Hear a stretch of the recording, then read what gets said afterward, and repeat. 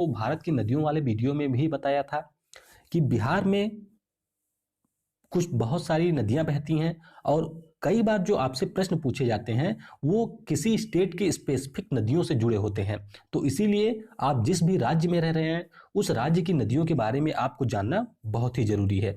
तो चलिए पहले हम समझते हैं कि बिहार की नदियों को हम किस प्रकार से बांट सकते हैं। तो हम लोग अपनी सुविधा के दृष्टिकोण से बिहार की नदियों को दो भागों में बांट सकते हैं।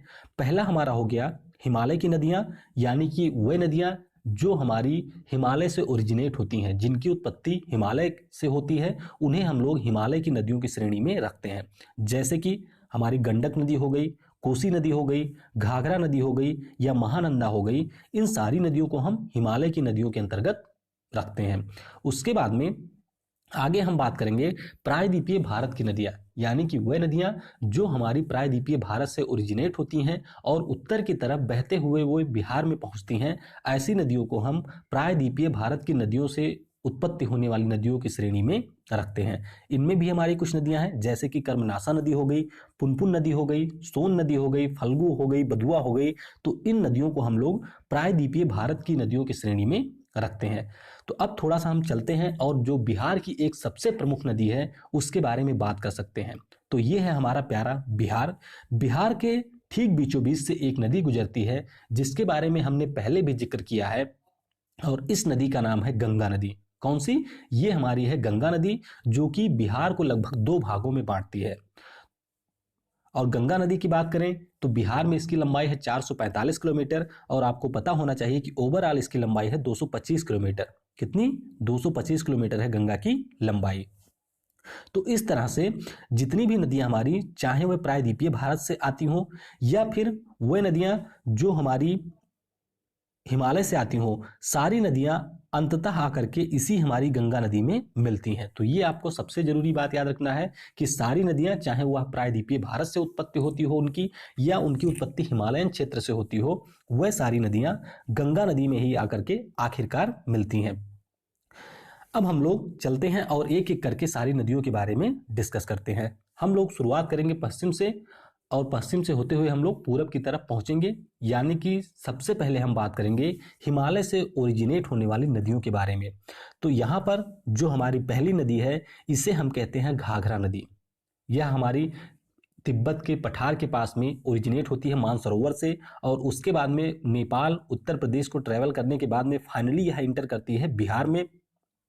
और यह नदी बिहार में आकर के जो हमारा सारण है, सारण में गंगा नदी से आकर के मिल जाती है। तो आपको याद रखना है, साथ ही साथ आपको यह भी याद रखना है कि जो हमारी घाघरा नदी है यह कुछ दूरी पर सीमा बनाती है किसके बीच में? बिहार और उत्तर प्रदेश के बीच में। तो ये सारी बातें आपको घाघरा नदी से संबंधित याद रखनी है। घाघरा नदी के बारे में बात करें तो उत्तर प्रदेश में इसको सरयू नदी भी कहा जाता है, और जो भगवान राम की जन्मभूमि है यानी कि अयोध्या, वह इसी सरयू नदी के किनारे पर स्थित है। घाघरा के बाद में अगली हमारी नदी है, उसका नाम है गंडक नदी। गंडक नदी जो कि नेपाल में सोनपुर जिले से ओरिजिनेट होती है, और यह आगे आकर के हमारी पटना के पास में मिल जाती है। कहाँ पर? बिहार में। पटना के पास में हमारा है पहलेजा घाट, और पहलेजा घाट के पास में यह आकर के मिल जाती है गंगा नदी में। कौन सी नदी? गंडक नदी। गंडक के बाद में अगली हमारी एक प्रमुख नदी है जिसे हम लोग कहते हैं बूढ़ी गंडक नदी। क्या हम कहते हैं इसे हम लोग कहते हैं बूढ़ी गंडक नदी। बूढ़ी गंडक नदी भी हमारी पश्चिम चंपारण जिले से इंटर करती है बिहार में, और उसके बाद में मुंगेर में आकर के यह मिल जाती है गंगा नदी में। तो आपको ओरिजिन याद रखना है सारी नदियों की। जैसे कि मैंने आपको बताया कि घाघरा हमारी तिब्बत पठार के पास ओरिजिनेट होती है। गंडक की अगर हम बात करें तो यह सोनपुर नेपाल से ओरिजिनेट होती है।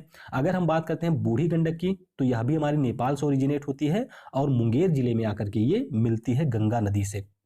बूढ़ी गंडक के बाद में आगे जिस हम नदी के बारे में बात करेंगे वह सबसे महत्वपूर्ण नदी है बिहार की, और सबसे ज्यादा प्रश्न भी आपको इसी नदी से देखने को मिलेंगे। तो यह हमारी नदी है कोसी नदी। कोसी नदी मुख्य रूप से सप्तकोसी से ओरिजिनेट होती है, और उसके बाद में बिहार के उत्तरी भाग में ट्रेवल करने के बाद में फाइनली कटिहार में आकर के यह मिल जाती है गंगा नदी में। कहाँ पर? गंगा नदी में कटिहार में आकर के यह मिल जाती है। कई जगह पर आपको पूर्णिया भी देखने को मिलेगा, तो आप थोड़ा सा इसको कंफर्म कर लीजिएगा कि ये कटिहार है या पूर्णिया है। वैसे मुझे कुछ जगह पे कटिहार देखने को मिला, कुछ जगह पे पूर्णिया देखने को मिला, तो आप लोग कमेंट सेक्शन में बताइएगा कि क्या सही है। वैसे मेरे हिसाब से पूर्णिया सही है, इसीलिए मैंने यहाँ पर पूर्णिया लिखा है, लेकिन कटिहार के बारे में भी मैंने कई स्थानों पे पढ़ा है। तो कोसी नदी के बारे में आपको कुछ और डिटेल याद रखनी है, जैसे कि कोसी नदी को बिहार का शोक कहा जाता है। क्यों शोक कहा जाता है? क्योंकि बिहार में कोसी नदी के कारण बाढ़ आती है। और ये बाढ़ क्यों आती है? क्योंकि कोसी नदी को हम लोग मार्ग बदलने वाली नदी भी कहते हैं। ये अपना मार्ग बदलती रहती है, इसीलिए इससे हम लोग बिहार का शोक भी कहते हैं। तो आपको ये सारी चीजें याद होनी चाहिए। कोसी के बाद में हम लोग आगे बढ़ते हैं अगली नदी की तरफ, जिसका नाम है बागमती रिवर।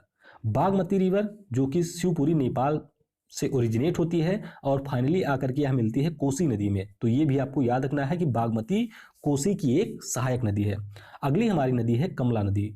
कमला नदी हमारी ओरिजिनेट होती है सिंधुली डिस्ट्रिक्ट है नेपाल में, और एक गांव है खगड़िया, बागमती में खगड़िया गांव है, जहां पर आकर के ये मिल जाती है कोसी नदी में। तो आपको ये भी याद रखना है। अब हम लोग हिमालय से ओरिजिनेट होने वाली आखिरी नदी के बारे में बात करेंगे, जिसका नाम है महानंदा नदी। तो यह हमारे पश्चिम बंगाल के दार्जिलिंग जिले के पास से ओरिजिनेट होती है। आप कह सकते हैं कि हिमालय से यह निकलती है और फाइनली आकर के मिल जाती है किसमें? हमारे गंगा नदी में। कहाँ पर? कटिहार के पास में। कहाँ पर ये मिलती है? कटिहार के पास में महानंदा नदी हमारी मिल जाती है गंगा नदी में। तो ये सारी हमारी नदियां हो गई बिहार के उत्तर से आने वाली नदियां। आपको एक बात याद रखना है कि जो हमारा ये बिहार का उत्तरी हिस्सा है, यहाँ पर जो हमारा बिहार का पूरा उत्तरी हिस्सा है, इसमें मुख्य रूप से आपको पानी की प्रचुरता देखने को मिलेगी, क्योंकि हिमालय की नदियां हैं और ये साल भर जल लाती रहती हैं, इसीलिए ये हमारा ज्यादा पानी की अधिकता वाला क्षेत्र है। लेकिन उसके कंपैरिजन में अगर हम बात करते हैं प्रायद्वीपीय भारत की नदियों के बारे में, तो प्रायद्वीपीय भारत की जो हमारी नदियां हैं वह मुख्य रूप से वर्षा के ऋतु में ज्यादा पानी लाती हैं। बाकी के जो मौसम होते हैं, ये जो हमारा क्षेत्र है यह सूखा रहता है। तो ये भी आपको याद रखना है। अब हम लोग आगे चलते हैं और बात करते हैं उन नदियों के बारे में जो हमारी प्रायद्वीपीय भारत से ओरिजिनेट होती हैं और गंगा नदी में आकर के मिलती हैं। तो इन नदियों में जो हमारी पहली नदी है, इसका नाम है कर्मनाशा नदी। तो मुख्य रूप से ये कैमूर जिले से ओरिजिनेट होती है बिहार के यहाँ से, और उसके बाद में ये एंटर करती है यूपी में। तो यूपी में ये पहुंचती है सोनभद्र में, इसके अलावा वाराणसी में, इसके अलावा चंदौली डिस्ट्रिक्ट में, और फाइनली यह ट्रैवल करने के बाद में सीमा बनाती है बिहार और उत्तर प्रदेश के बीच में, और चौसा में आकर के यह मिल जाती है कहाँ पर? गंगा नदी में। तो आपको याद होना चाहिए। कर्मनाशा की बात करें अगर हम लोग, तो जैसा कि इसका नाम है कर्मनाशा, तो इसे एक अपवित्र नदी माना जाता है। ऐसा माना जाता है कि कर्मनाशा नदी में स्नान करने से आपके कर्मों का नाश हो जाता है। तो कर्मनाशा नदी ओरिजिनेट होती है कहाँ से? कैमूर जिला से, और उसके बाद में इंटर करती है यूपी में, बाउंड्री बनाती है या बिहार और यूपी के बीच में। फाइनली यह चौसा में आकर के मिल जाती है गंगा नदी में। कर्मनाशा के बाद में अगली हमारी नदी है सोन नदी। तो सोन नदी के बारे में हम लोग काफी बार डिस्कस कर चुके हैं। सोन नदी जो कि मध्य प्रदेश के अनूपपुर जिले से अमरकंटक की चोटी से निकलती है और पूरे बिहार को ट्रैवल करने के बाद में यह फाइनली पहुंचती है गंगा नदी के पास पटना में, और यहां पर ये जाकर के गंगा नदी से मिल जाती है। उसके बाद में अगली हमारी नदी है पुनपुन नदी। पुनपुन नदी नागपुर पठार के पलामू जिले से निकलती है झारखंड के, और यह आकर के मिलती है कहां पर? फतुहा में। फतुहा जो कि पटना के पास में है, यहां पर आकर के मिल जाती है। तो यहां पर आपको याद रखना है कि एक हमारी जो गंडक नदी थी यहां से आने वाली, इसके अलावा सोन नदी और पुनपुन, ये सारी हमारी पटना के आसपास ही गंगा नदी में मिलती हैं। पुनपुन के बाद में हमारी अगली नदी है जिसे हम लोग कहते हैं फल्गु नदी। फल्गु नदी या इसे हम लोग नीलंजना नदी भी कहते हैं। तो यह हमारी भी निकलती है छतरा झारखंड से और आकर के मिल जाती है गंगा नदी में। इसके बाद में अगली हमारी नदी है क्यूल नदी। क्या नाम है इसका? क्यूल नदी। ये हमारी निकलती है नागपुर पठार के पास में झारखंड से ही, और यह भी आकर के हमारी मिल जाती है गंगा नदी में। कहाँ पर? लखीसराय जिले में। लखीसराय जिले में ये आकर के मिल जाती है गंगा नदी में। और आखिरी जो हमारी नदी है इसका नाम है बदुआ नदी। और बदुआ नदी हमारे झारखंड से ओरिजिनेट होती है और यह भी आकर के मिल जाती है भागलपुर में गंगा नदी से। तो इस तरीके से हमने बिहार की नदियों के बारे में जाना। मुख्य रूप से आपको क्या याद रखना है कि ये हमारी नदियां कहाँ से ओरिजिनेट होती हैं, इसके अलावा ये बिहार में आकर के गंगा नदी में कहाँ पर मिलती हैं। कुछ इन पे नहरें भी बनाई गई हैं, कुछ इन पर परियोजनाएं भी चल रही हैं, तो उनके बारे में भी आपको याद रखना है। अगर हम लोग बात करते हैं नदी घाटी परियोजनाओं के बारे में, तो बिहार की 3 नदियों पर आपको नदी घाटी परियोजनाएं देखने को मिलेंगी। पहली हमारी हो गई गंडक नदी, दूसरी हमारी हो गई कोसी नदी और तीसरी हमारी हो गई कौन सी, सोन नदी। तो ये 3 नदियां हैं जो कि लाइफ लाइन आप कह सकते हैं बिहार की, और इन 3 नदियों से बहुत सारी नहरें भी निकाली गई हैं। जैसे हम सोन की बात करें तो यहाँ से एक हमारी पश्चिमी नहर, पूर्वी नहर, उसके अलावा अगर हम लोग बात करते हैं सोन नदी, कोसी नदी की, तो यहाँ से भी हमारी पूर्वी पश्चिमी सोन नहर है। गंडक नदी से भी बहुत सारी नहरें निकाली गई हैं। तो चलते हैं आगे और हम लोग इन नहरों को थोड़ा सा डिस्कस करते हैं।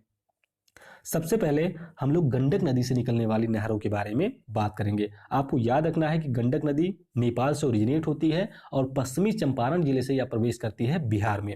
तो गंडक से निकलने वाली नहरों के नाम है तेऊर नहर, इसके अलावा तिरहुत नहर, इसके अलावा त्रिवेणी नहर और इसके अलावा सारण नहर। तो कुल मिलाकर के 4 नहरें हमारी निकलती हैं गंडक नदी से। इनमें से सबसे प्रमुख है त्रिवेणी नहर, जिससे सर्वाधिक प्रश्न पूछे जाते हैं। तेऊर नहर, तिरहुत नहर, त्रिवेणी नहर और सारण नहर, तो ये हमारी गंडक नदी से निकलने वाली नहरें हैं। इसके बाद में कोसी नदी के बारे में जैसा हमने डिस्कस किया है, कोसी नदी को बिहार का शोक भी कहा जाता है और साथ ही साथ इसे मार्ग बदलने वाली नदी भी कहा जाता है, क्योंकि ये अपना मार्ग परिवर्तित करती रहती है। और इससे जिस नहर को निकाला गया है इसे हम लोग कहते हैं राजपुर नहर। इसके अलावा पूर्वी सोन नहर, पश्चिमी सोन नहर, इस प्रकार से नहरें भी इससे निकाली गई हैं, तो वो तो आप आसानी से याद रख सकते हैं। कोसी नदी के बाद में बिहार में जो नदी घाटी परियोजनाएं हैं उनके बारे में थोड़ा सा जान लेते हैं। जैसे कि हमारी एक परियोजना है कोसी नदी पर, दूसरी है सोन नदी पर और तीसरी है गंडक नदी पर। तो यहाँ तक हम लोगों ने बिहार की नदियों से जुड़े हुए जो महत्वपूर्ण तथ्य हैं उनके बारे में डिस्कस किया। आगे के वीडियो में हम बिहार से जुड़े हुए और महत्वपूर्ण तथ्यों को डिस्कस करेंगे और साथ ही साथ अब हम प्रयास करेंगे कि आगे के जो वीडियो हों उनमें हम लोग कुछ महत्वपूर्ण प्रश्नों को भी डिस्कस करें। तो आप लोग इस बारे में अपनी सलाह दे सकते हैं कि मैक्सिमम एक वीडियो में हम लोग कितने प्रश्नों को डिस्कस करें। इस वीडियो को आपने समय दिया उसके लिए आप सभी को बहुत बहुत धन्यवाद। Thanks for listening. जय हिंद, जय भारत। पढ़ेगा भारत तो बढ़ेगा भारत।